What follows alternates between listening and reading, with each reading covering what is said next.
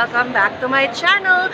So today, dito ako ngayon sa Trinoma for the hopeful romantic premiere night. So, andun si Mitch Ligayu, isa sa mga adobers, and syempre, alam naman natin, isa sa mga friend ko. So, susupport natin siya. And, naglalakad na ako papunta dun sa cinema. Then, I'll give you feedback about this hopeful romantic movie later on. Alright, so tara! Let's see muna! I'm here right now with Lady Pepe! Hi! Lady Pepe! And so, promote ka ng ng Team Yay. Ganon, watch sila. Invite mo sila mag-watch. Watch niyo po Team Yay Season 3 and subscribe to my channel po, Lady Pepe! And subscribe niyo rin po sa ate kasi maganda po siya. Yeah! Hey, thank you, Pepe! So we're here waiting now at Cinema 5 here at Trinoma sa mga darating na stars. So ready na ba kayo mag-watch for the premiere night of Hopeful Romantic? So tignan natin kung gaano ba ito kaganda, comedy ba ito. Sabi nila comedy romantic to. So let's see. Okay? Let's give you feedback later on. Habang tumutunog ang gitara sa akin, makinig ka sana. Dumungaw ko sa bintana na parang isang harana. Sa awit na aking sinulat ko kagabi. Huwag sana magmadali at huwag kang magatubili. Dahil kahit na wala akong pera, kahit na buta sa aking bulsa, kahit pa maong ko'y kupas na, at kahit na marami dyang iba.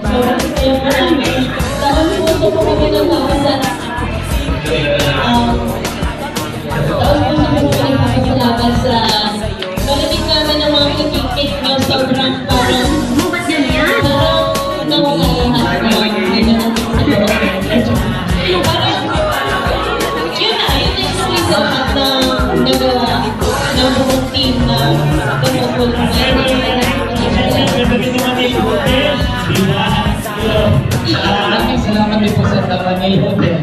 Guys, so ayun, we're here to give a feedback for the hopeful romantic movie. So as you all know, showing na po siya for so all cinemas nationwide. So it's a romantic comedy themed movie starring Ritz, Azul and Pepe Hernandez.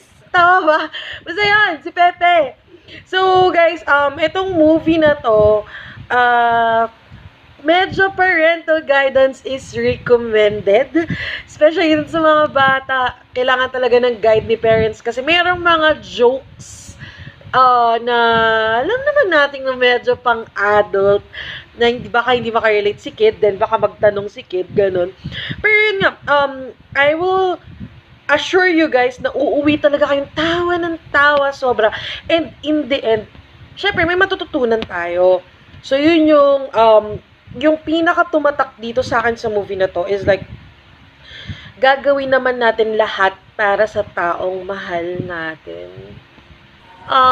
Di ba talaga naman gagawin natin lahat para dun sa taong mahal natin, kahit na alam natin na parang ginagamit na lang tayo, na parang hindi nila talaga tayo mahal. Pero kapag kasi yung dalawang tao na magkasama lagi ganun, alam niyo yung iba yung magiging attraction nila sa isa't isa, na makikilala nila lalo yung isa't isa, yung tunay na sila. Tapos possible na magka-inlovean sila, di ba? So, watch nyo tong movie na to. So again guys, okay na okay to. Alright?